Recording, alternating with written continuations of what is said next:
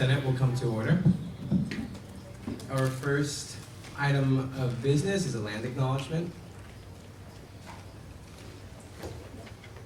ASG acknowledges with respect to the land we are on today as the traditional and ancestral homelands of the Kamehameha Nation. We recognize the indigenous peoples as original stewards of this land and all the relatives within it. As these words of acknowledgement are spoken and heard, the ties nations have to their traditional homelands are renewed and reaffirmed. Our next item of business is roll call. The clerk of the Senate will now take roll.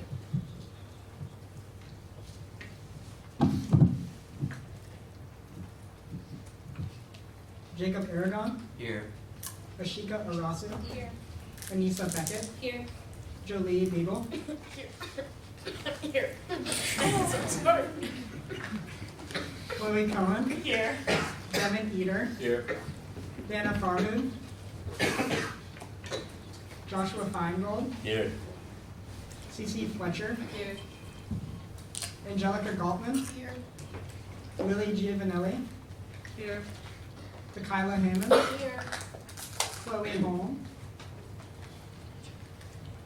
Osaso Kie Yoha. Here. Anna Jonamov. Here. Arissa Lelevier. Here. Briera Long. Here. Mia Mara Diegion Logan. Here. Jonathan Martinez. Here. Nalia McKinley. Here. Sean Paula. Here. Morgan Pang. Here. Valeria Rivera. Proxy. Isabella Sevilla. Proxy. Alyssa Weaver.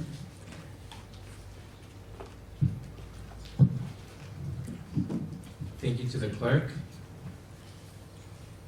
Our next item of business is the approval of the agenda from March 16th, 2023. Are there any motions? Senator Jolie.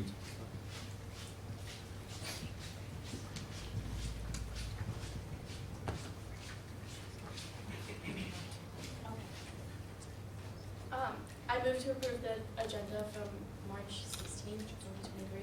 Second. There's a motion on the floor, have been seconded to approve the agenda for March 16th, 2023. Is there any further discussion? If not, we will now move to a vote. All those in favor, please raise your placards. All those opposed? Any abstentions? Motion passes. The agenda for March 16th, 2023 is approved. Our next item of business is the approval of the minutes from March 2nd, 2023. The IDEA Committee Chair.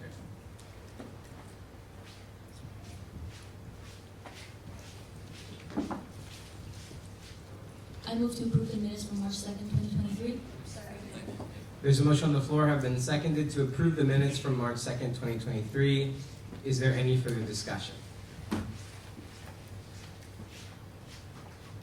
If not, we will now move to a vote. All those in favor, please raise your placards. All those opposed? And any abstentions? Motion passes. The minutes from March 2nd, 2023 are approved. Our next item of business is the raising of questions from members of the public. At this time, any member of the public may raise any immediate questions to the Assembly to be addressed at the final hearing of the business in the public at the end of the Senate meeting.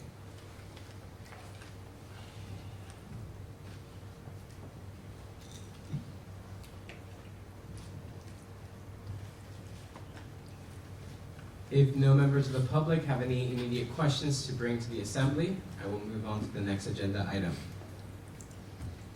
Our next item on the agenda is report from the Speaker of the Senate.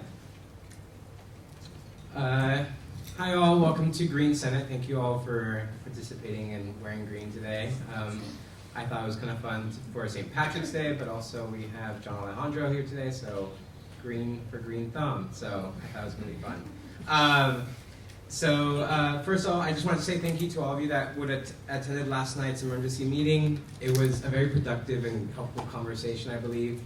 I was very encouraged by all your participation and communication throughout. So I was really, again, like another proud moment for me. So I was very happy with it, and I hope that we've learned what we can from it and continue to grow from that.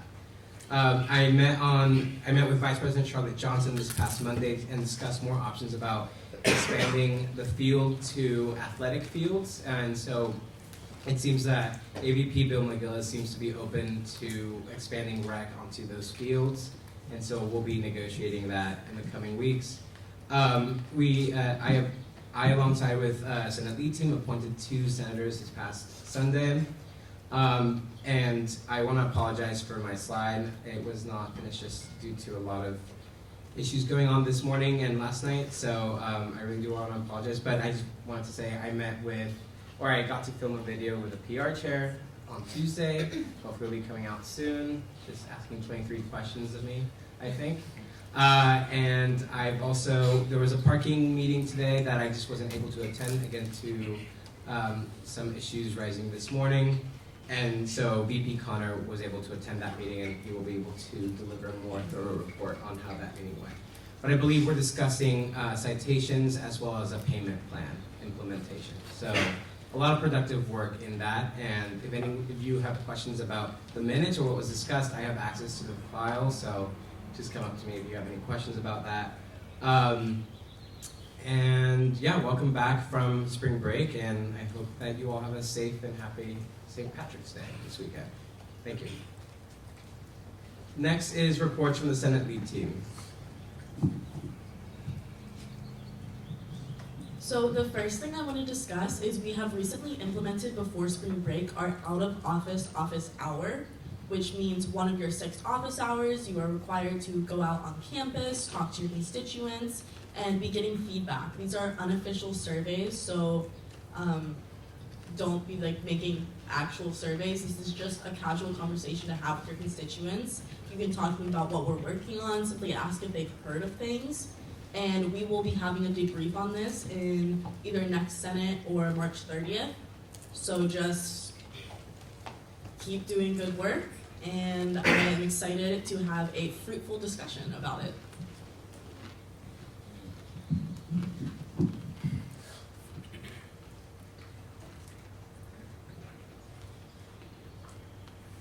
Okay, and so please email Lily or me with specific questions that you would want to ask Catherine Roy.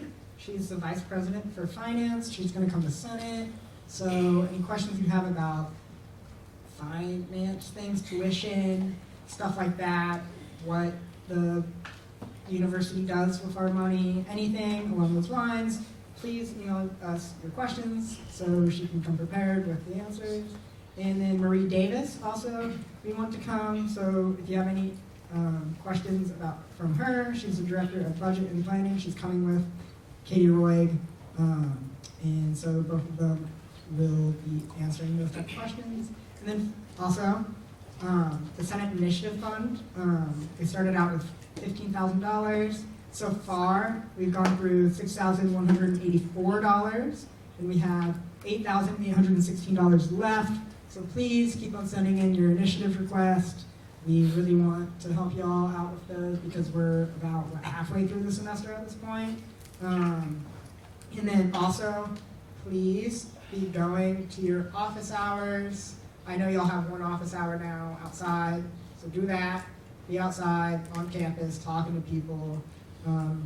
Because I do know when you skip your office hours, believe it or not. I do know. And because I do know when y'all are supposed to be there. So please go, please be outside, doing your talking to your constituents. If you could indicate that in your GCal, that would be great. It does not have to be the same every week, but just keep it updated.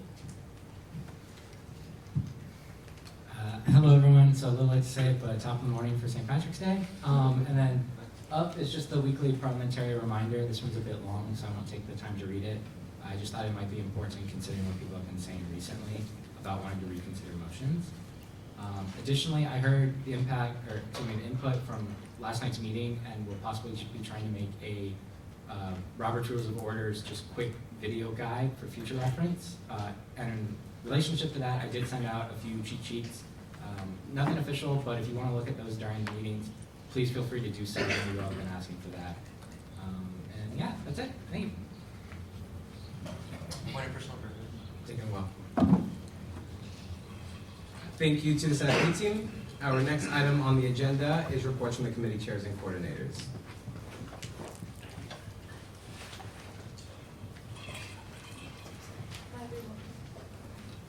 Hi everyone. Not a lot of updates from me. We're currently just getting into the process of spring grants, which have been released. So the applications are live.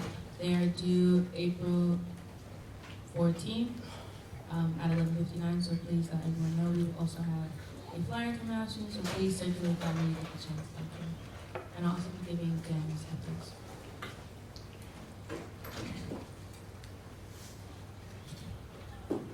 Hello, everyone. So first, we are looking into outreach and ways to support people of violence and cuties regarding the events they presented at last Senate for funding. Please go ahead and email me or hunt me down after Senate if you're interested in collaborating for ideas on how this could work. We are also starting to work on our timeline to finally finalize when the cookie for comment tabling event will occur. We have also begun our outreach for both the DGM and Muslim prayer room resolutions. And we are in the process of setting up a meeting with Brandon McCreary discussing the functionality of the housing application for queer students at USC. And if you have any questions, as usual, my email's up there. Thanks. Hi again. So Dennis updates say hi everyone. I hope you all had a really good spring break. Our committee will be meeting with two student orgs on Friday, Equality Now and Student Veteran Organization, and they should be presented by next Senate with two student organizations we met with on Friday before spring break. Our committee decided not to do a spring mixer because we felt like there would not be enough time to implement these changes by the second semester, by the time it ends. And we will instead focus on, our posters focus on making student orgs and the registration process more accessible and less daunting. She thinks she. Hi guys, I hope you guys are all doing well. I don't have much just because we kind of wrapped things up during and before break. Grocery lift codes are still active. Shout out to Kaylee for helping distribute and the marketing team for distributing the posters on that. They're every Sunday ending on May 21st, and the code is ASG Grocery 23. And then I added 2 opportunities on my side if you guys are interested. Hi everyone, so the airport lift was successful, about $1,000 of funding was used. Also this past Tuesday, there was a SAC meeting where BC was able to present about Narcan training to the student athletes, which is also successful. And then there's a lot of games this week, so I won't go through all of them. However, tonight, women's basketball versus Long Beach State is at 6 p.m. in JC. Hi everyone, hope everyone had a great break. There's some updates from Schwitt. They're having a timely care registration contest through March, and there'll be 4 winners that will win $125 Amazon gift card. That'll be on BYUSD soon, and we will potentially table for that, so be on the lookout for that. There's mental health check-ins on Wednesday, March 22nd, and they'll have a student wellness community drop-in event on Wednesday at night. I heard they're getting catering from JMT High. Love that place. And if you want any more information on these events, check out BYUSD on Instagram. And also, STI funds are officially live for the semester, so take that as you will. Hi everyone, I wanted to wish you all a happy, almost St. Patrick's Day. As you guys may know, I'm a ginger, so I'm really excited for that. Yeah, and I also wanted to extend a warm welcome to the Office of Sustainability and thank them for coming today. I invite you all to please give them your full attention and try and ask as many insightful questions as you can. This week I spoke with JC at the Changemaker Hub about some projects coming up, and they'll be coming to Senate to talk about their oat milk initiative as well in a few weeks.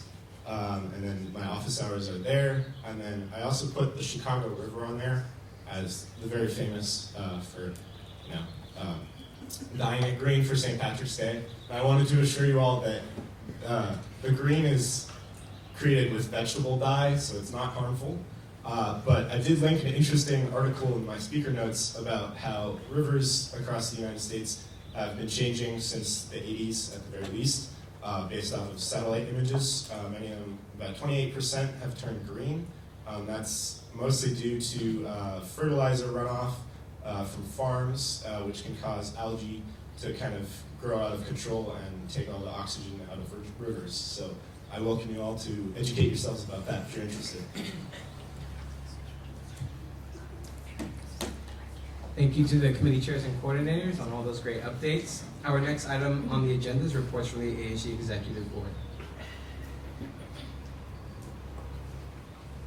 Hello everyone, welcome back from spring break and happy St. Patrick's Day. I hope you all had the opportunity to rest and recharge last week.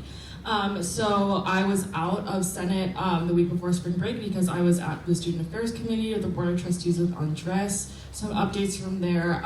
Underrepresented minorities retention rates have increased, which is great. And there's also lots of very high ratings for timely care, as Chloe mentioned, so keep promoting it with your constituents. So this weekend, the week before spring break, I worked on hiring the incoming 2023 and 2024 TPP chair, which is very exciting. I met with ABPSA Charlotte Johnson and along with Finance Chair Ashley to discuss allocations that are made for international students and how we support international students on our campus. Yesterday I met with Jalitza to discuss the food pantry survey and the best ways to go about getting feedback for those who use the food pantry. On Tuesday, I attended a food justice workshop with the Changemaker Hub, and we are currently working on initiatives to promote plant-based food vendors on campus. And so I have been working with JC and also the winner of the Changemaker Challenge from last semester to envision how that can look like for ASG and what ASG can do to support that. And as you know, applications for executive positions are live for the upcoming year. So if you have any questions about any of the open positions, anything that you want to talk about, anything that you, any questions in general you have about being on the executive board, please feel free to reach out to me and I would be happy to answer any questions for you.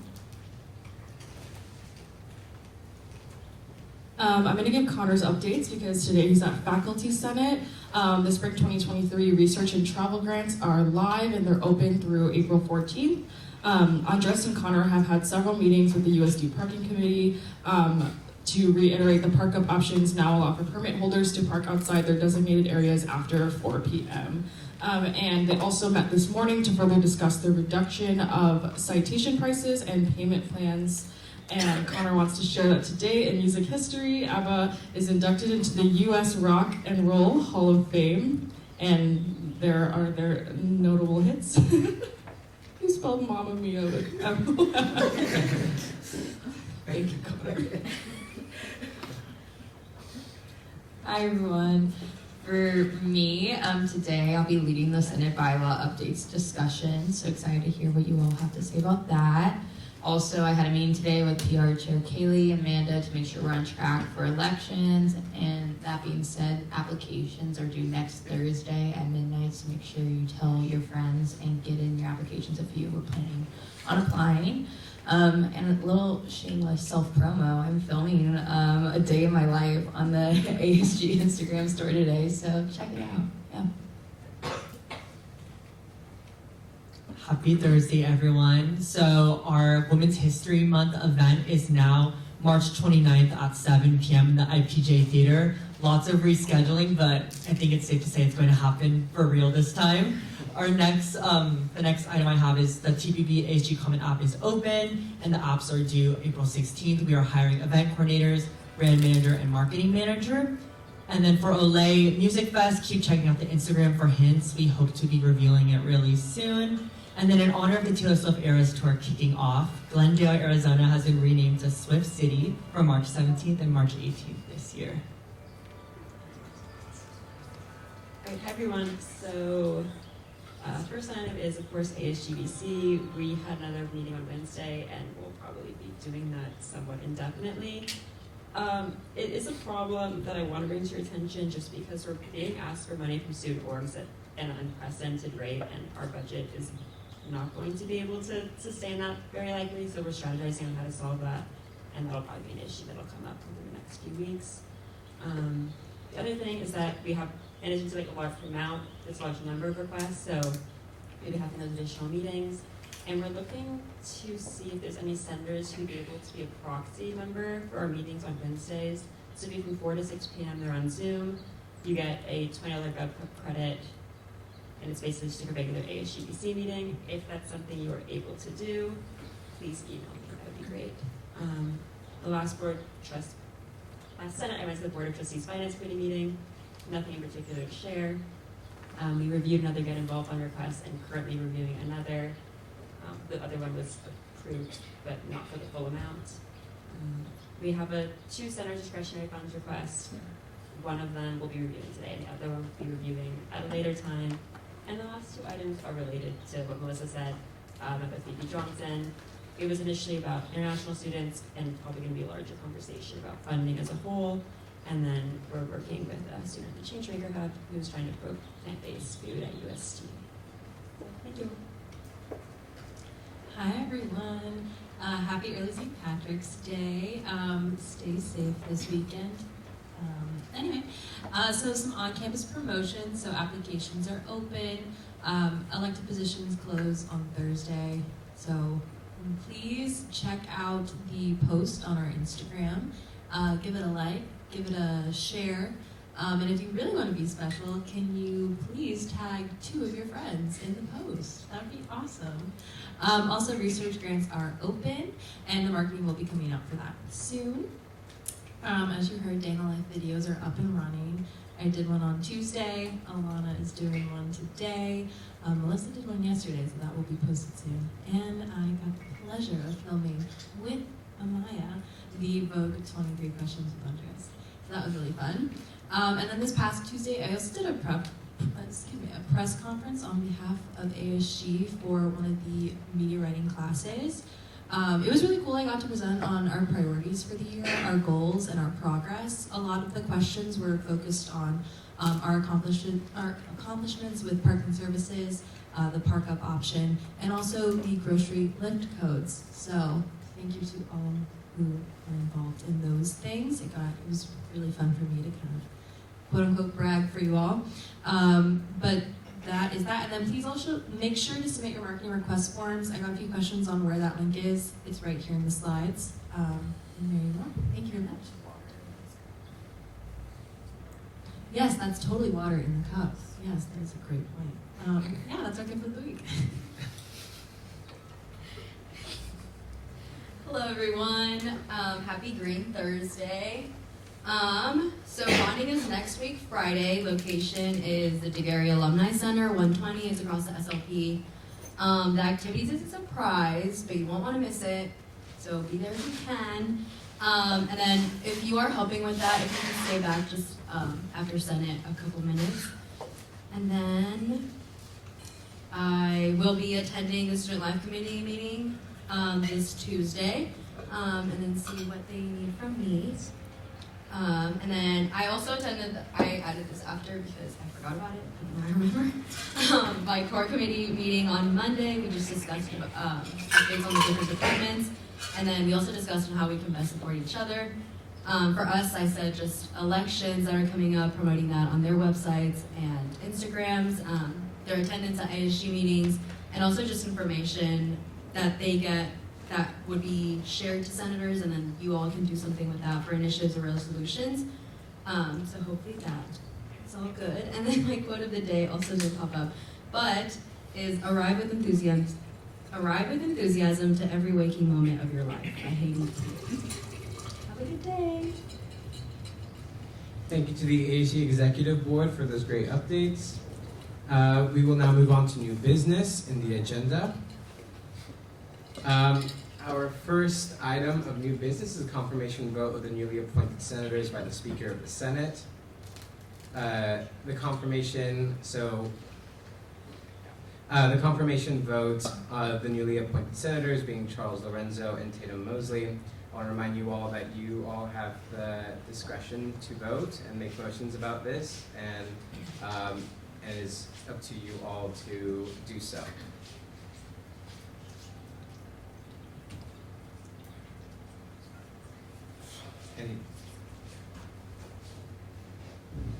The Speaker Pro Tempore. I move to table the confirmation vote for Charles Lorenzo's. Second. There's a motion on the floor, have been seconded to table the vote for Charles Lorenzo to be confirmed as a newly appointed senator. Is there any further discussion?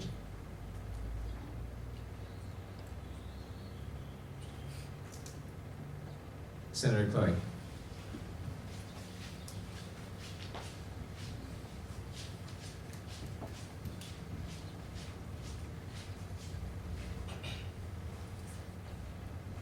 I'm sure there's good reason, but I was just wondering why. I just felt out of the loop, and like there were conversations that were just being had that I wasn't aware of. Amanda. That's a valid question. So we spoke with Charles and he wanted to table this until next week. Thank you for your question.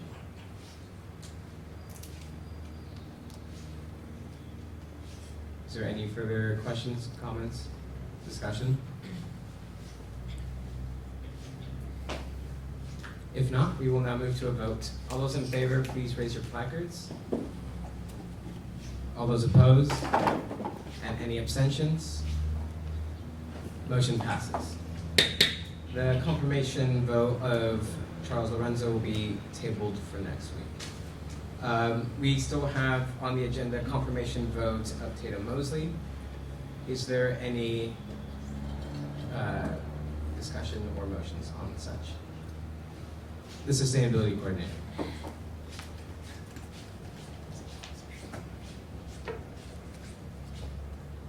I move to a vote to approve Tatum Mosley as a newly appointed senator. Second. There's a motion on the floor, have been seconded to confirm Tatum Mosley as a newly appointed senator. Is there any further discussion? If not, we will now move to a vote. All those in favor, please raise your placards. All those opposed? And any abstentions? Motion passes. Tatum Mosley is confirmed as a newly appointed senator. Our next item of business is the swearing in of the newly appointed senator and newly appointed and confirmed senators by the Speaker of the Senate. So, Tatum, if I could ask you to step up to the front.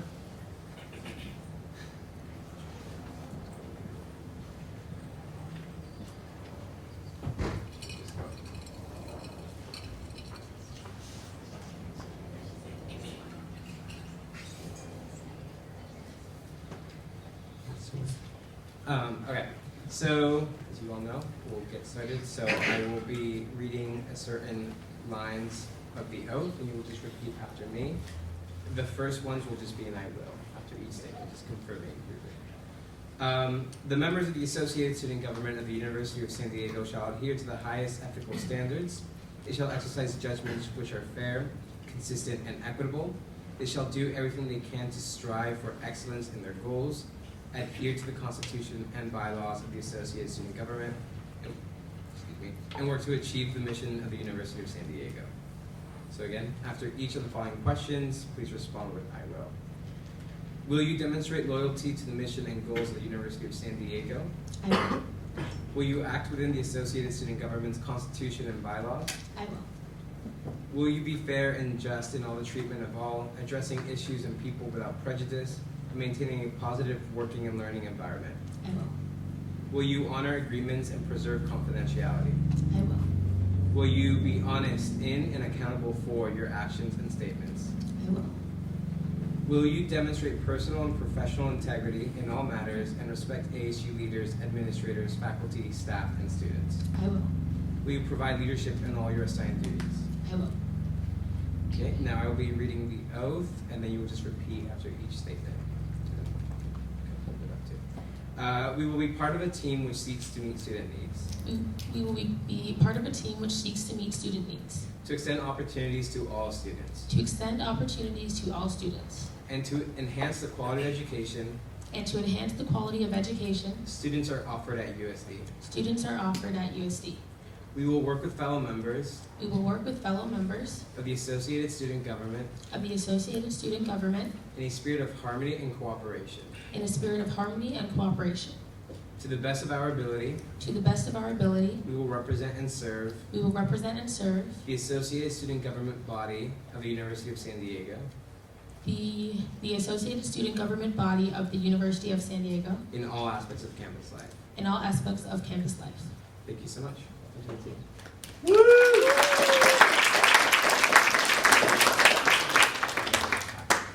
There.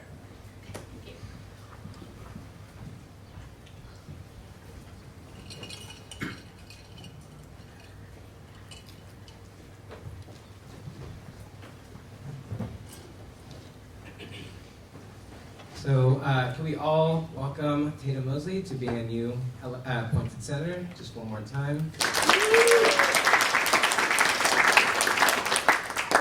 And so let's continue to work all together throughout the rest of the semester. And I'm excited for all the work that we can continue to accomplish together as a team. So with that, we are moving to our next agenda item. The presentation and discussion on sustainability presented by Director John Alejandro.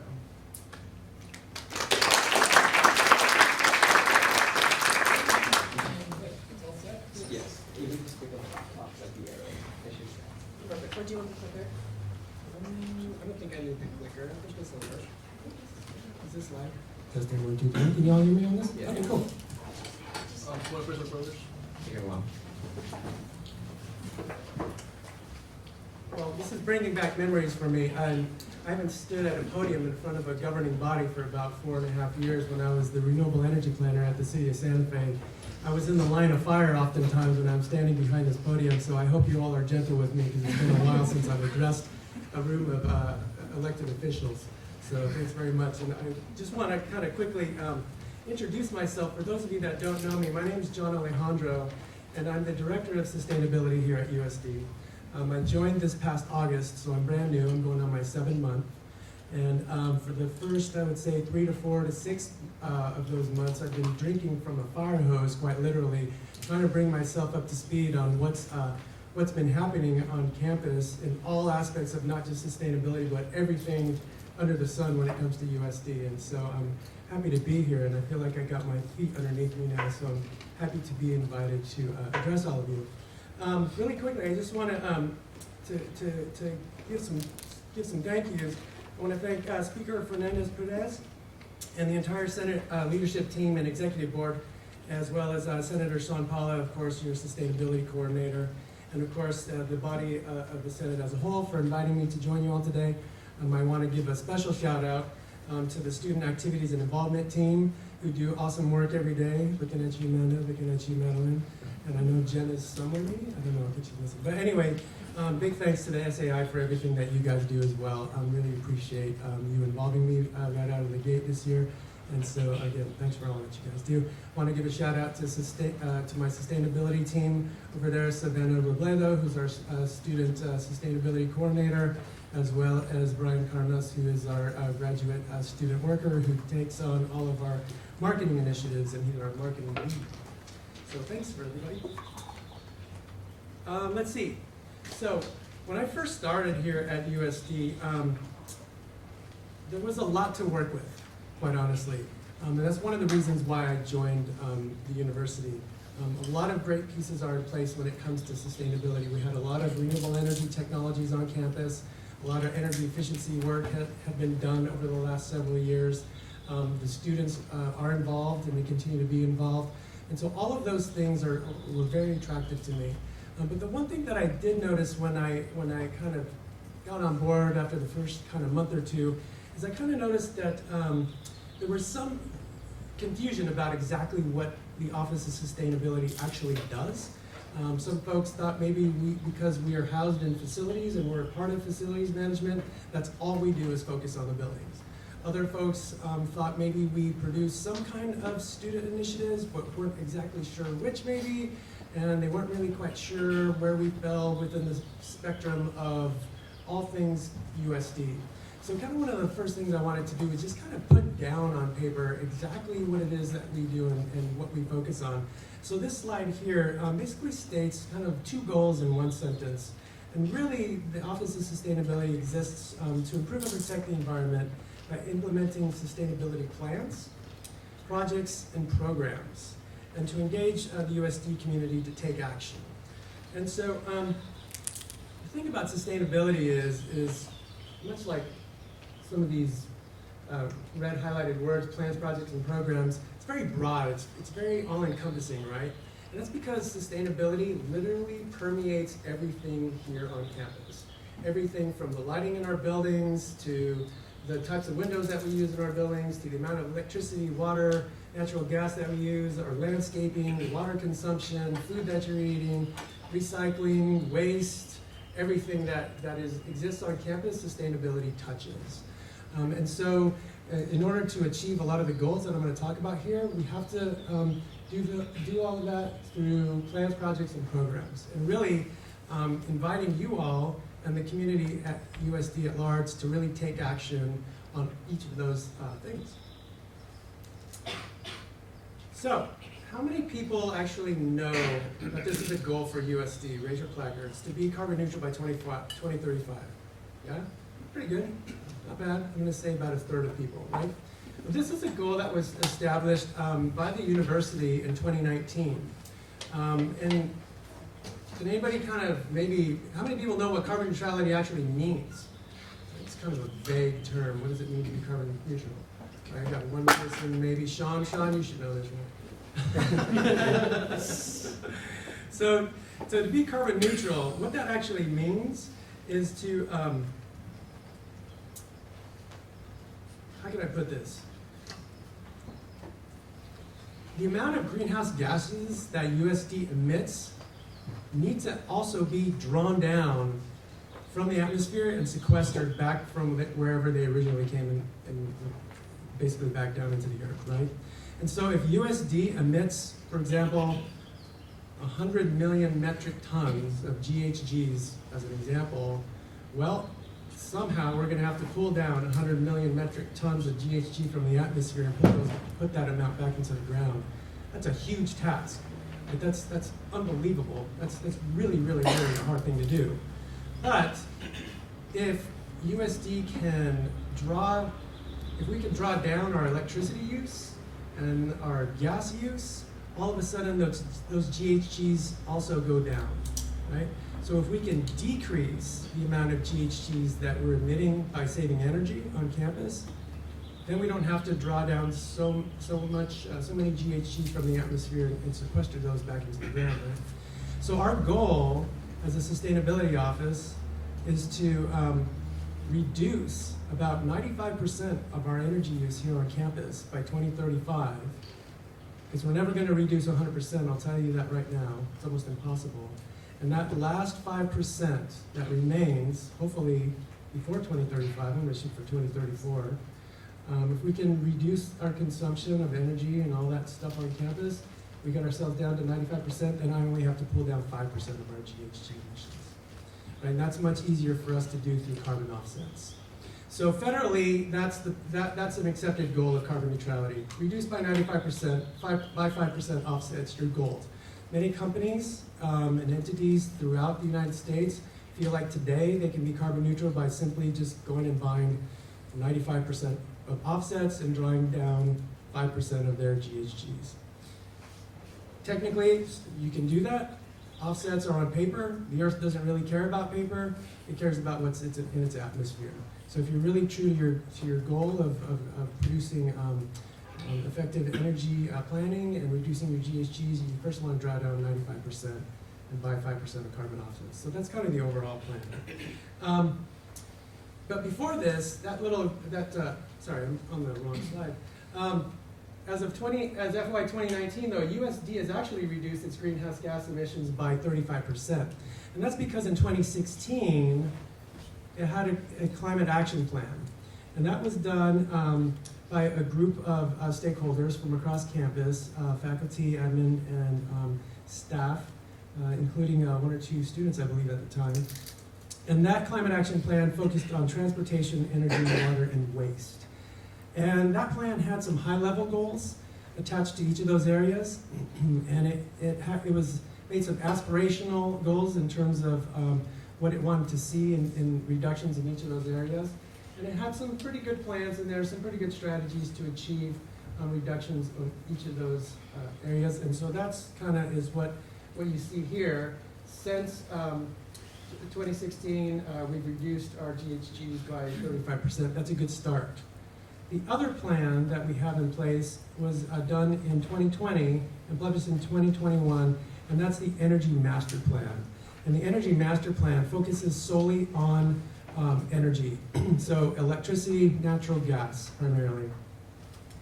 Most of that plan, if not the entire thing, focuses on buildings and reducing electricity in buildings, scaling up the use of solar on campus, and also reducing the amount of natural gas that our campus uses overall.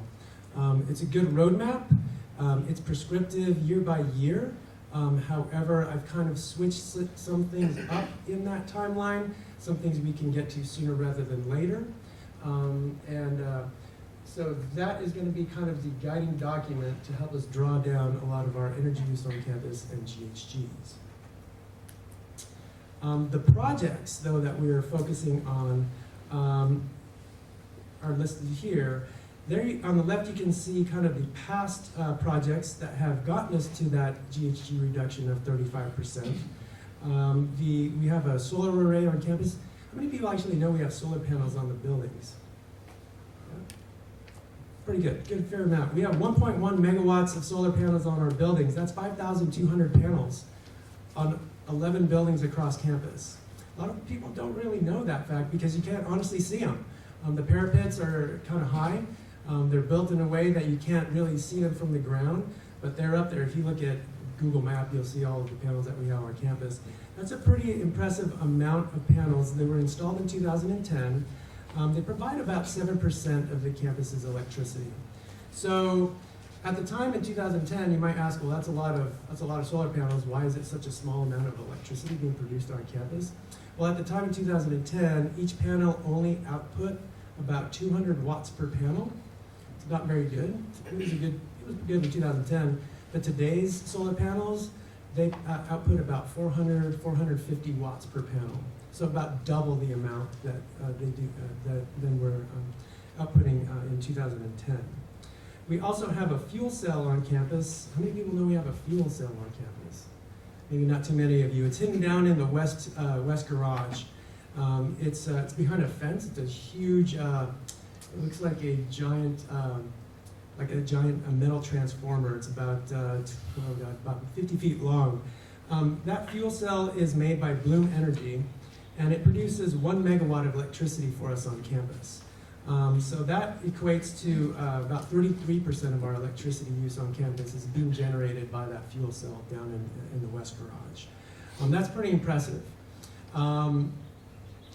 The issue with that particular fuel cell is that it utilizes natural gas as a feedstock to actually generate that electricity. So what does that mean? That means that we're generating GHGs from the use of that natural gas going into the unit, and then we're generating GHGs coming out the back end because of all the kilowatt hours that the electricity is generating. So we're kind of generating twice the amount of GHGs for the electricity that is being produced by that unit. Doesn't really make that much sense, does it? And with the price of natural gas is where it's at right now, it's costing us quite a bit of money right now. So there are solutions, though, to solving this type of an issue. We also do a lot of, today, a lot of energy efficiency work has been done on the buildings, LED lighting, heating, air conditioning units, a lot of inefficient water boilers, that type of stuff. There's been a lot of replacements of those things over the last several years, helping to contribute to that 35% of GHG reductions to date. And then most recently, I call this a past project because it's something that I just completed this past January, is we did LED lighting replacements within 4 garages, Manchester Village 1 and 2, the main garage, and in Croc. And just simply by swapping out lighting and changing things to LEDs in those garages, we're saving roughly 192,000 kilowatt hours of electricity per year. It's an amazing amount for just, simple light bulbs being switched out, and that savings is immediate. And that equates to enough electricity to power 11 average-sized homes every year. That's a pretty impressive return for not very much money, and that equates to 125,000 pounds of CO2 being eliminated, like literally overnight. that kind of a return on that on an investment is super high for us, and those are the types of projects that we're going to kind of continue to do from here for the next several years, from today for the next several years. There on the right, you'll see what I'm planning on doing within the next 12 to 18 months. I'm going to add, hopefully, fingers crossed, 2 megawatts of new solar on additional campus buildings, and I'm going to tie that to 1 megawatt's worth of batteries. What I can do is what USD can do is it can take those batteries, like in the evening, and because a lot of those arrays are going to be tied to those batteries, we can take the electricity, the solar electricity that's being stored in those batteries, and turn those batteries on and turn them on to the campus, and we can power a lot of our buildings with the energy stored in those batteries. If we increase our energy efficiency work, we'll be able to, again, reduce electricity, reduce natural gas, reduce our GHG emissions, right? And also in 2023, we're going to update that climate action plan. We're going to update it with some very specific goals, with some very specific projects tied to those goals, and those goals are going to be very aggressive. So then we can reduce those GHGs even more, continue to reduce our kilowatt hours, and save more energy on campus. But one of the things that I do want to talk about a little bit is we need to build greener on campus. I know that you all have had presentations given to you on the new Wellness Center, right? I'm sure they talked a lot about what was going into that building in terms of amenities, juice bar, meditation rooms, all that good stuff, right? And I'm not quite sure if anybody talked to you about how green that building was. And I'm not quite sure if anybody asked the question, how green is that building? Maybe somebody asked a question from Senate, I don't know. Are there solar panels being installed on that building right away? No, there isn't. If nobody asked that question, that building was not designed with solar panels in mind. There's the infrastructure in that building that can connect solar panels to it, but the solar array itself is not going onto that building. The question is, why not? Right? Why aren't we? If we have a carbon neutral goal, why aren't we putting solar panels on buildings that are going to be built? Right? Sometimes that's a cost-benefit analysis, but there's really no more room to ask that question.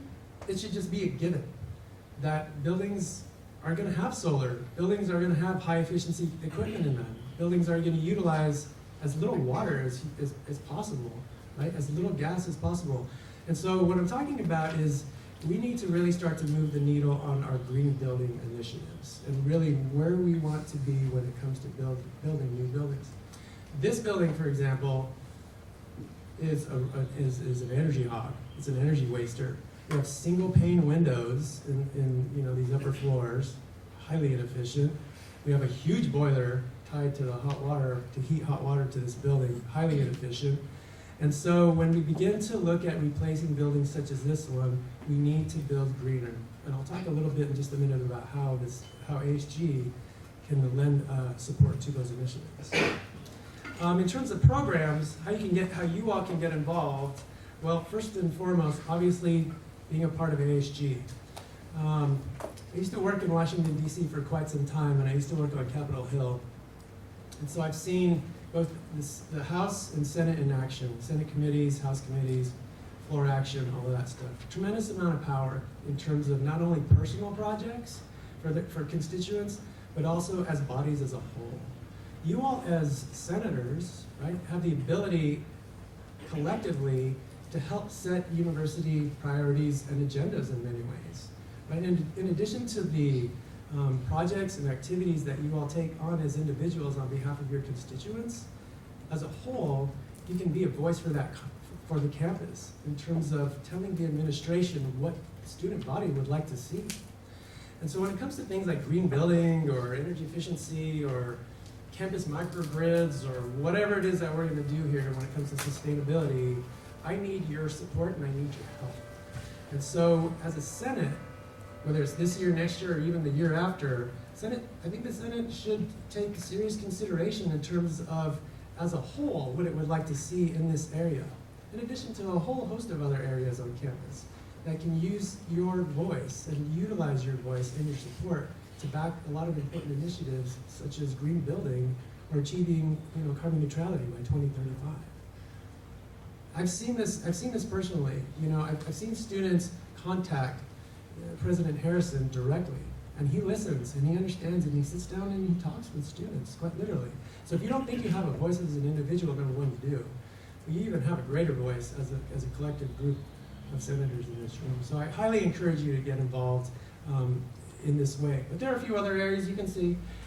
If you go to our sustainability webpage, we have a sustainable education module that you can learn tips and tricks on how to be more sustainable as a person. You can become a certified eco-resident. We do our holiday fair. We do the clothing donation bins. Last fiscal year, 45,000 pounds of clothing was donated by students on campus to be used and repurposed not only on campus but in the community as a whole. It's pretty impressive. Everything in light blue there's a variety of sustainability clubs on campus that you can get involved with as well. So I encourage you to take advantage of these opportunities and really support these types of initiatives. Everything that I just talked about is located on our sustainability webpage. It's there on the right-hand side, sandiego.edu/sustainability. On there, you can see we have interactive charts. If you're interested in going a little bit deeper in terms of what I just talked about, there you can play with these charts. You can look at our greenhouse gas emissions over time. Same with our electricity, natural gas consumption, water, and waste as well. And then, of course, we are on Instagram, so please give us a follow. And you can always email us directly at sustainability@sandiego.edu. I'm also open to meet individually. My door is literally always open, and I'm happy to set appointments, and you can come and talk to me about whatever it is that you want. If you have an idea, if you have a question, you have a thought, if you have a complaint, I'm happy to hear those as well. Because engaging the community through my office, I think is an important first step to achieving all of USD goals. So thanks very much. I appreciate the time. Thanks, Chief.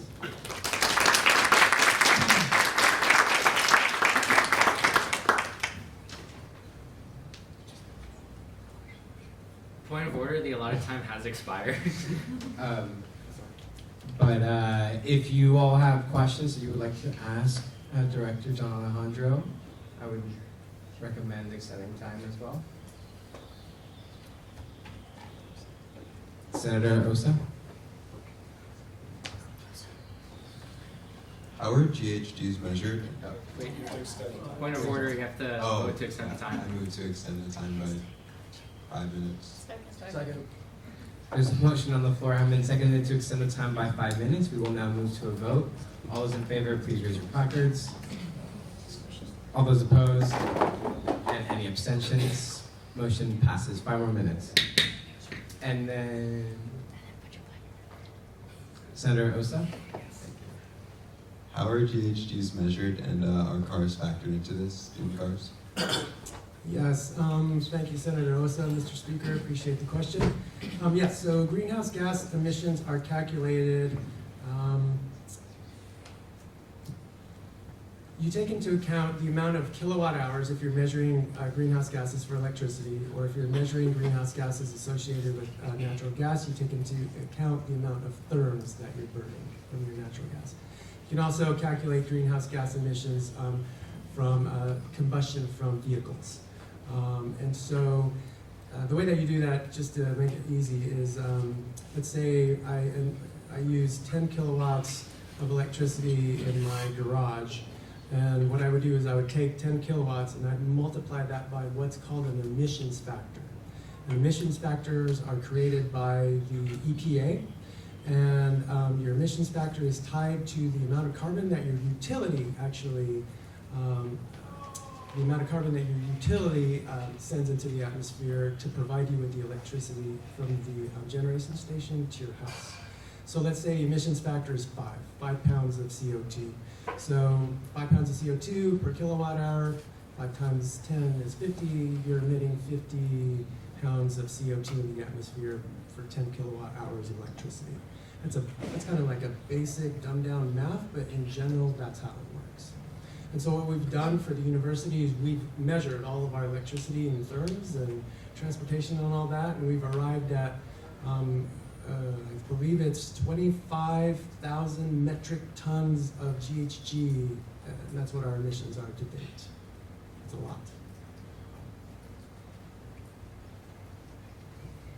The next on stack is the Clerk of the Senate. Hi, thank you so much for sharing. But I was just wondering more on, so we have the climate action plan currently. Does this look into how we get our food on campus and all the meats that we outsource, and just any of the food really on our campus? Because I know the dining services is under like the university doesn't like really run them; they kind of run themselves. So have you gone out to them and talked about how they can be more sustainable? Right. Thank you for the question. In the 2016 Climate Action Plan, it does not include food. Right? But the 2023 update to the Climate Action Plan that we're going to start here within the next couple of months, the answer to that question is definitely yes. Technically, yes, auxiliary runs its own show, but they're still part of USD, right? And so everything on campus is fair game. Everything on this mesa is fair game when it comes to the Climate Action Plan. So where we source our food, how it gets processed, where it goes after you finish it, right? Whether it's recycled or food waste is composted, everything under the sun when it comes to the food supply chain on campus, we're going to take a look at because we want to improve that. Next on stack is Senator Devon.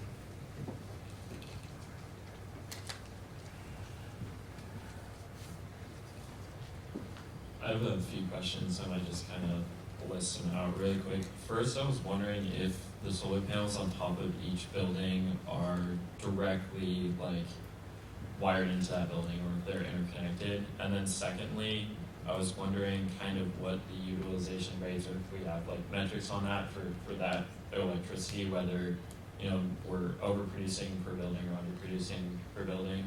And then also, because those solar panels were installed in 2010, obviously efficiency rates drop over time, and you're reaching a pretty 13 years now. How efficient those are at this point. And then I'm excited to hear that batteries will be installed, because I think that really helps with the utilization of the electricity produced. Yeah, thank you very much for the question. Yes, you're right. The solar array on campus right now is underproducing, not only because of degradation of the panels themselves, but because also the microinverters that help to create that electricity are also failing. They usually have a lifetime span of 10 years, and we're right around that 10-year mark, and so we're seeing a lot of those fail, so they're being replaced as we speak. 200-watt panels are not as efficient as today's panels, like I said. And because panels degrade over time, the efficiency has been lost. So we have an online dashboard that we can see each array and see how much it's producing every single day. And every year, you can see that line that you see the production curve just go down. My hope is to replace the existing array, because I can use the same footprint to use panels that are twice as efficient. Or produce twice as much electricity, and so then I can get 4 megawatts of electricity on campus within the next 18 months. The way that we do that is kind of tricky, because we're tied into a contract on that particular type of an array, but the folks that own that array are making adjustments to it, so it's getting back up to 100% as efficient as possible. And to answer the other question is, the arrays are tied to the electricity in each building. And so they're balanced, right? So even though they're underperforming, they could be performing better, they're producing the electricity for each of those buildings. The idea behind tying the batteries to the new array is that I'm able to site the batteries kind of throughout campus, and I have specific arrays tied to those batteries that are then connected to the campus grid. In essence, what we're going to do is create a campus microgrid. And when we have a microgrid, then I can control the electricity on campus. I can move it from one end of campus to the other. I can dial up the electricity, or I can dial it down. This is all in response to kind of what's happening at large with the weather and what SDG&E wants me to do and all that kind of stuff. But that's basically how the solar arrays are situated right now. Thank you. Point of order, the allowed time has expired. We have more people on stack, but it is up to your discretion as well. The sustainability coordinator? Point of information, how many on stack do we have? We have 3. I move to extend the allotted time by 10 minutes. Second. There's a motion on the floor, has been seconded to extend the allotted time by 10 minutes. We will now move to a vote. All those in favor, please raise your placards. All those opposed? And any abstentions? Motion passes. 10 more minutes. Next on stack was the proxy for Senator Valeria.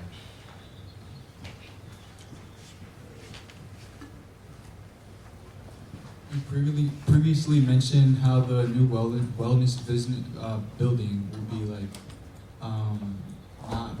not powered by solar power or whatever. So like, how would there be actions made to like make it more green?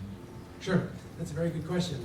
The plan is through the energy master plan that I had up on the screen there. We do have, so the Energy Master Plan has set aside $30 million. The university has set aside $30 million over the next, 13 years, that is 15 years, whatever, between now and 2035, to every year make improvements on campus. So I can utilize some of that money to solarize the wellness building. I'm kind of coming behind the construction, and then I'm going to layer an array on top of that. But honestly, when the building gets built, solar should just be incorporated from the get-go of the design. And I don't know, this all happened before I started. When I came on campus, I was briefed on what the wellness building is going to be and how it's going to incorporate. Of course, my first question was, does it have an array on it? The question was, well, not quite. Here are the variety of reasons. And one of the reasons that satisfied me is I can come in behind the construction and I can add an array on it after it gets built. So it's going to be green. I'm just saying, like, can we design them to be green first so I don't have to go back after a year or two and then layer on what should have been included in the first place? So that's basically kind of how that works with the wellness plan.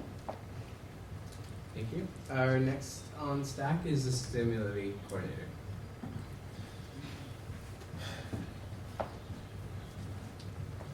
Appreciate it. I had a few questions. So first of all, I was kind of wondering if you had any, I'll just list them out and you can answer them after. If you had any guarantees on future buildings that you would be able to incorporate solar panels and other features into that, because I know there's dorms are being, in the future they're planning on tearing down some dorms and reconstructing them, building a bigger dorm, stuff like that. So I was wondering about that. And then secondly, I was curious about the batteries you were talking about, what kind of the lifespan, like how long you would be able to use those for is, because I know sometimes those are pretty intensive, when they're produced, they're pretty fossil fuel intensive sometimes. And then finally, I was wondering about buildings like this, like Maher, how difficult is it to retrofit? Like you were listing out all the things that are kind of lacking in efficiency, excuse me. How difficult is it for you guys to retrofit that, and what does that look like within your budget? Do you have the budget for that, et cetera? Yes, thank you for the questions, Senator Sean. Questions. Let's see. Let's talk about the batteries first. So these are large lithium-ion batteries. We're talking about 0.5 megawatt size batteries. About the size of that big cabinet over there if it was a square. We do currently have a 0.5 megawatt battery on campus. It's level B3 of the West Garage. If you're ever curious, go to the level B3 down below, and you'll see in the corner, you'll hear a humming, and there's some lithium-ion batteries in there. And we utilize those to help us reduce our electricity that we procure from SDG&E. The batteries that I intend to use in conjunction with the solar array will be directly charged by the solar arrays themselves. So I'm not going to be tying those batteries to SDG&E to charge. I'm going to charge those with solar, and then that solar power can be housed within that battery, and then it can be deployed onto the campus grid itself to provide supplemental power. So I'll be able to take some buildings offline if I want, or I can take certain things offline, some lighting in garages or whatever it is that we want to do. And when I say take offline, I mean take it off of the SDG&E portion of the grid. And I can power those with the batteries that are tied to the arrays. In that way, we're better able to manage our utility usage here on campus. especially between the hours of 4 and 9. That's when SDG&E rates are the highest. Okay, that's when we pay the most for our electricity. By having the batteries, I can turn them on at 4, let them ride until 6 or 8 or even 9, and we'll be paying a lot less because we'll be using less energy from the utility. So those are the batteries. When it comes to the existing buildings, that's a really good question. So when it comes to, I know the university has plans, I don't know specifically what to replace here on campus, but I know that it involves the replacement of inefficient buildings. So buildings such as this might be on the planning board to tear down and rebuild. I'm not sure, but there are existing buildings on campus that I could go as part of my budget through the Energy Master Plan to retrofit windows. I can redo roofs. I can do insulation. I can do lighting. All of those things. It's called the weatherization of buildings is what we're talking about. And so I can go and do weatherization projects for existing buildings to make those buildings much more energy efficient, which again will help to reduce our energy use in those. So yes, that's part of my budget, and I intend to do those things once I have clarity on what the university wants to do with specific buildings in terms of tearing them down or rebuilding them or refurbishing them or whatever. And I forgot, I'm sorry, you had one other question, Sean. The sustainability coordinator. I think my first question was about future construction projects going forward, if you had any guarantees to incorporate solar panels in those. Yes, thanks for that question. Yes, the answer is absolutely. I like to be aggressive. I like to be included in meetings. I like to have a seat at the table. So I'll be advocating, obviously, from the get-go for as much renewable energy and energy efficient equipment in those new buildings. But I'm only one person, and I have just a handful of people in my office. And so sometimes it takes a village, oftentimes it takes a village, to really emphasize the importance of doing these things right. And so that's why I'm here kind of imploring you to lend your support and lend your voice in many ways. And I think together we can ensure that those new construction on campus incorporates as much sustainability and green building components as possible. Thanks. Next on stack is the Speaker Pro Tem 4. Thank you so much for coming in and presenting and sharing this with us, but as well as sharing your struggles as being a small office and only having so many people. What can we do as student leaders and senators to best help you, specifically this semester and right now, but also in the future? Yes, thanks for that question. It's a very good and important question. I think what would be helpful would be your focus in this area. This is the first time that I'm addressing you. I hope this isn't the last. You know, I'd be more than happy to provide this body with regular updates as often as you like, or once a semester. For you all to be informed, I think is important. For there to be transparency in the process, I think is important. And I can play that role for you when it comes to sustainability issues in general. If you don't understand something, contact me directly or invite me to present. I'm happy to do that. So I think focus, number one, is important. Number two, again, I think lending your voice and credibility as an organization, as a voice of the students, is extremely important. I can advocate until I'm blue in the face, but if I don't have the support of the community, if I don't have the support of students, it may not get done as easily as we would hope. So your voice, your support, however it is that you choose as a body to make your voices known, is entirely up to you. But I think your voice is extremely important to have on campus. Thank you. Last on the stack for right now is Senator Devon. Thanks again for all the helpful information. I had one more question regarding kind of the batteries. So you know, the plan, it sounds like, is to integrate the existing solar panels, which are being replaced with the battery network, and then be able to take like power offline from like our external power source to save costs.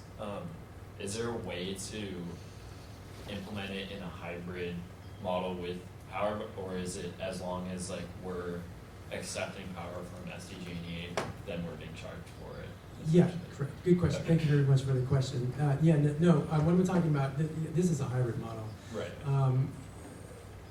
In an emergency situation, we would be able to take ourselves completely off of the grid if we needed to, because I have, in addition to the solar and the batteries, we have backup generators on campus that provide 6 megawatts of electricity, right? So that's an important component of our electricity production here on campus. Thank God we don't use them very often, but in an emergency we could easily turn those on, as well as the fuel cell. We would draw power from the fuel cell. In that way, we would be able to island the entire campus. To put it into perspective, maybe this helps. On any given day, the campus itself uses about 3 megawatts of energy, 3 megawatts of electricity. All of those things I'm talking about combined, the solar, the fuel cell, the backup generators, and the lithium-ion batteries that I intend to install, it would provide us with 6 megawatts of electricity if I turned everything on all at once. So we would easily surpass our daily usage. So we would have the ability to island. In most instances, it wouldn't make sense for us to do that from a practical sense, but I can do 25%, I can do 30%, I can do 40%. The rest of that, 50, 60% would still have to be provided by the utility, and that's okay. But maybe in 5 to 10 years, might be able to be 100% islanded through a microgrid. I don't know. But anyway, step by step, I think we're going to get to that point. Thank you. Point of order, the allotted time has expired. We have more agenda items as well, but at the same time, if you all feel like you have more questions, you are welcome to extend the time.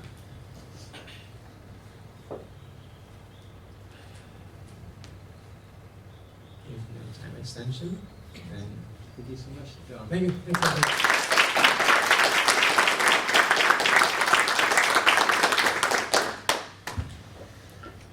Our next item of business is a presentation and vote on a Senate initiatives funding request from the Academics Committee Chair, Briera Long.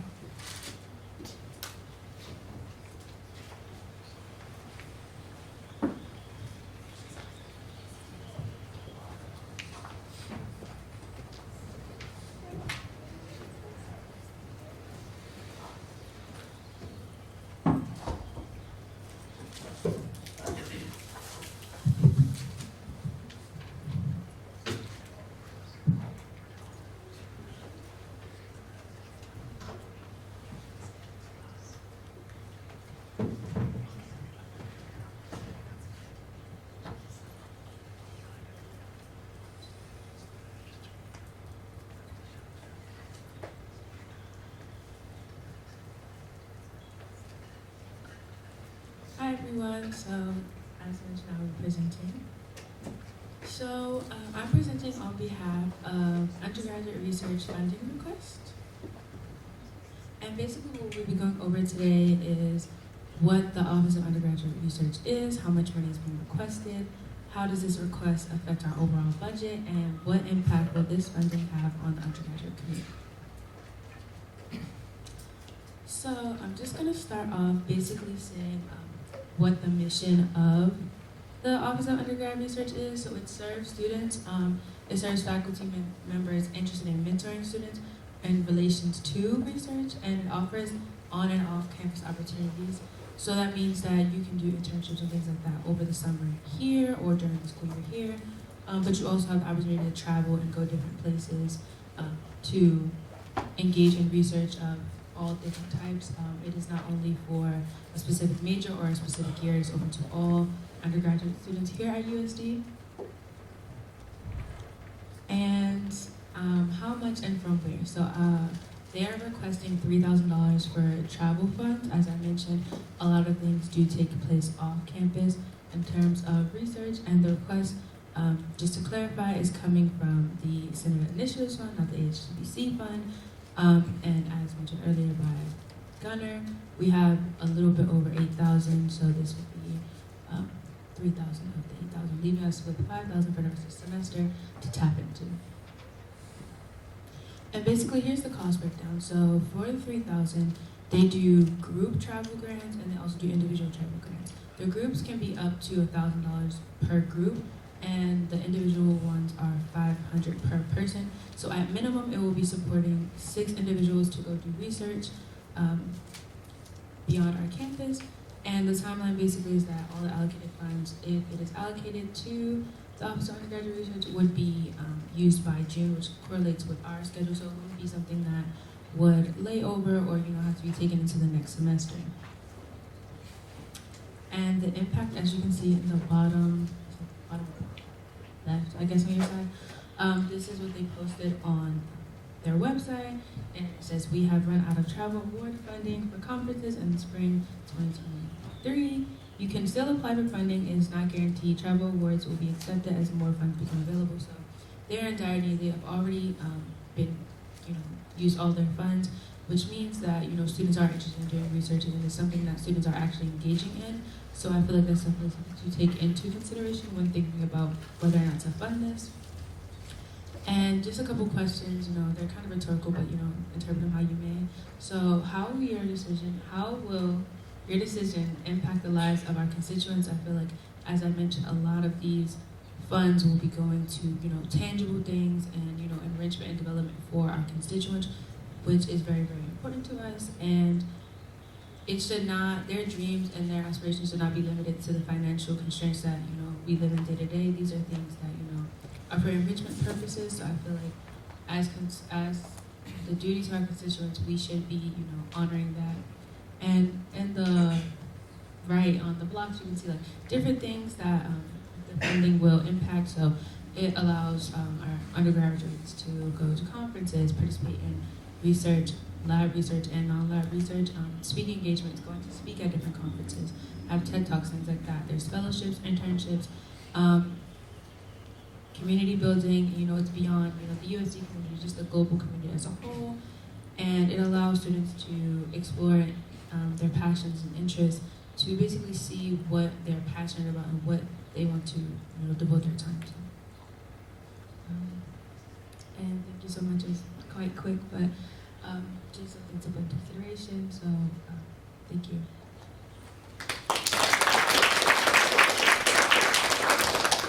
All right, so we will now be opening it up to questions, and then just to clarify the procedure. So if there's a Senate Initiatives Fund, which is the main discretionary fund of the Senate, if any request is over 15% of that discretionary fund, which right now sits about $2,250, will go to Senate for it to be approved by you all. If it's under that limit, then it just comes to Senate lead team, and we decide on that budget. So the Academic Committee Chair has requested this, and at the 3,000 limit, comes now to Senate. Clarify something quickly. Yeah. I just want to let you guys know that this does not usually happen. This is just, in the rare cases, it will not be something that consistently needs to be funded. But I think, if you're interested in, funding this consistently, that may be something you might want to work into the budget. However, this is just like an emergency type of funding. This is not consistent. This will not be like a regular thing. It's not usually a regular thing. Okay. We first on stack is the Idea Committee Chair.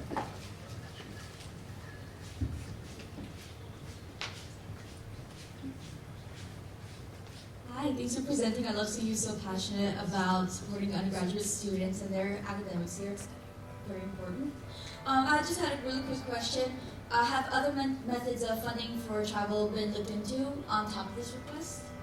Yeah, so basically, I talked with BB Connor, and it's, they're trying to get funding from other places because they have an allocated fund from the undergraduate, Office of Research, but when they have fully allocated, they don't have, like a discretionary fund or like something to go into, which is something that they're working on themselves. But in this case, it's just like the right now. So they, as far as I know, they've only reached out to us, but like as far as like organizations on campus, however, they are doing their own work behind the scenes. Next on stack is the Athletics Coordinator. I just wanted to like share about like the importance of it as well as somebody who like does participate in undergraduate research here at USD. I think it's really important to understand that a lot of these travel things are because students have put a lot of time and effort into undergraduate research on campus, and so this is their opportunity to go and share and like network and stuff like that. And it's for a lot of graduate schools, research is almost required. Like it might as well be a requirement for students to be doing research outside of their academics. So yeah, just to say like how important it is, and that's like, mostly, at least like on campus research labs, like you might not even know we have like 3 in the basement of Saints, and then like chemistry labs are in Shiley, and those are all like optional, but also at least for me, I'm required to put 4 to 6 hours per week into that, and like I don't get any compensation for that, and so it's also really important just to think about, you know, the time and effort that's going into these projects before they're even getting to this point. Thank you. Next on stack is the sustainability coordinator. I just had a question for, I guess the Senate lead team. How much is left, just like for general information, how much is left in the Senate Initiatives Fund? It is Point of order. You need to be recognized by chair. No, but he asked the Senate to go. He's need to be recognized. The clerk of the Senate. It is officially 8,816.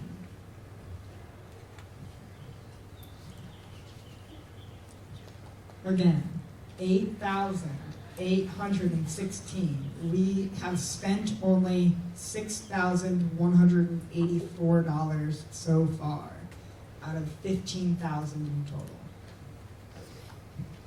Thank you. Next on stack is Senator Osa.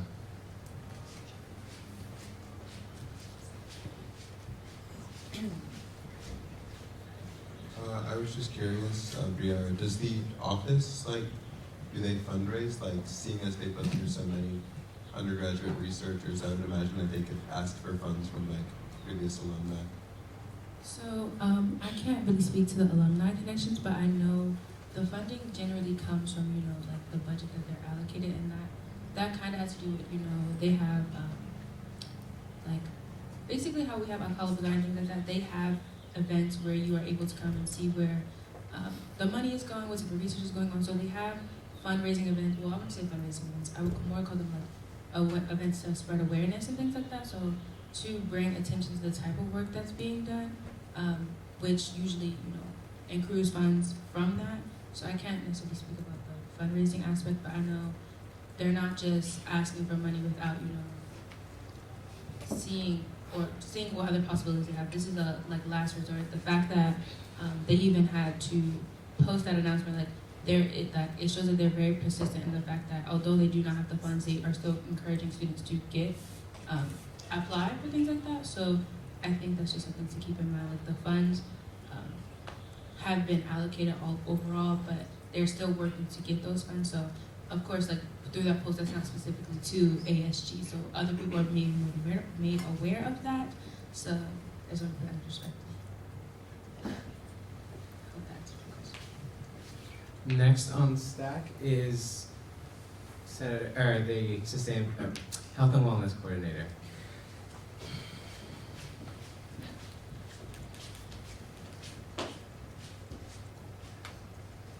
I move to approve the funding request in full. Second. There's a motion on the floor, have been seconded to approve the academic committee chair's Senate Initiatives funding request in full of $3,000. Is there any discussion?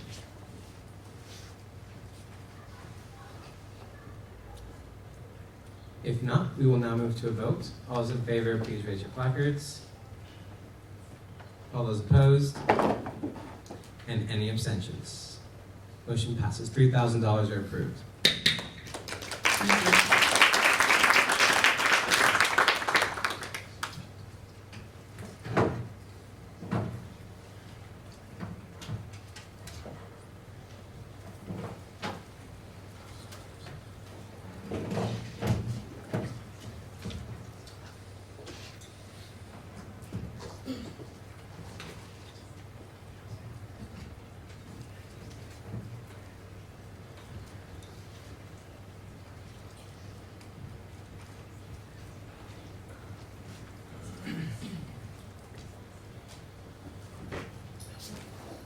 our next item on the agenda is old business.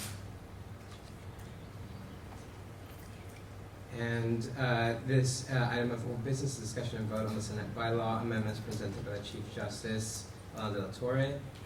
The speaker present the floor.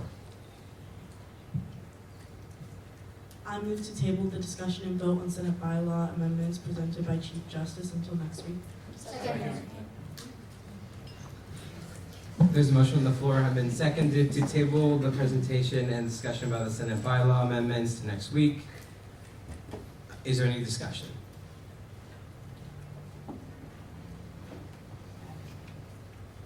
The parliamentarian. I just want to ask that if this does happen, please take the time to review and come back with more information, please. Yes, I want to emphasize what the parliamentarian said exactly. We've had really good conversation today, but I think there still needs to be some more discussion about the bylaws presented, so please do take the time to go in and make suggestions and comments on that document. It is your duty as senators to be informed about the votes that we make, so. Anyways, any other discussion?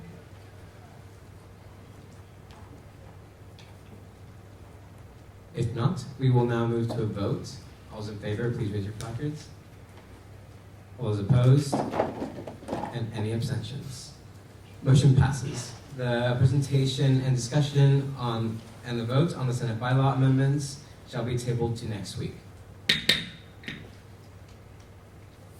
Next on the agenda is a final business and hearing of the public. At this time, any senator may take from the table any motion previously laid in the table in the meeting the week before, present urgent business. Any member of the public may voice any concerns to the Assembly on non-agenda items.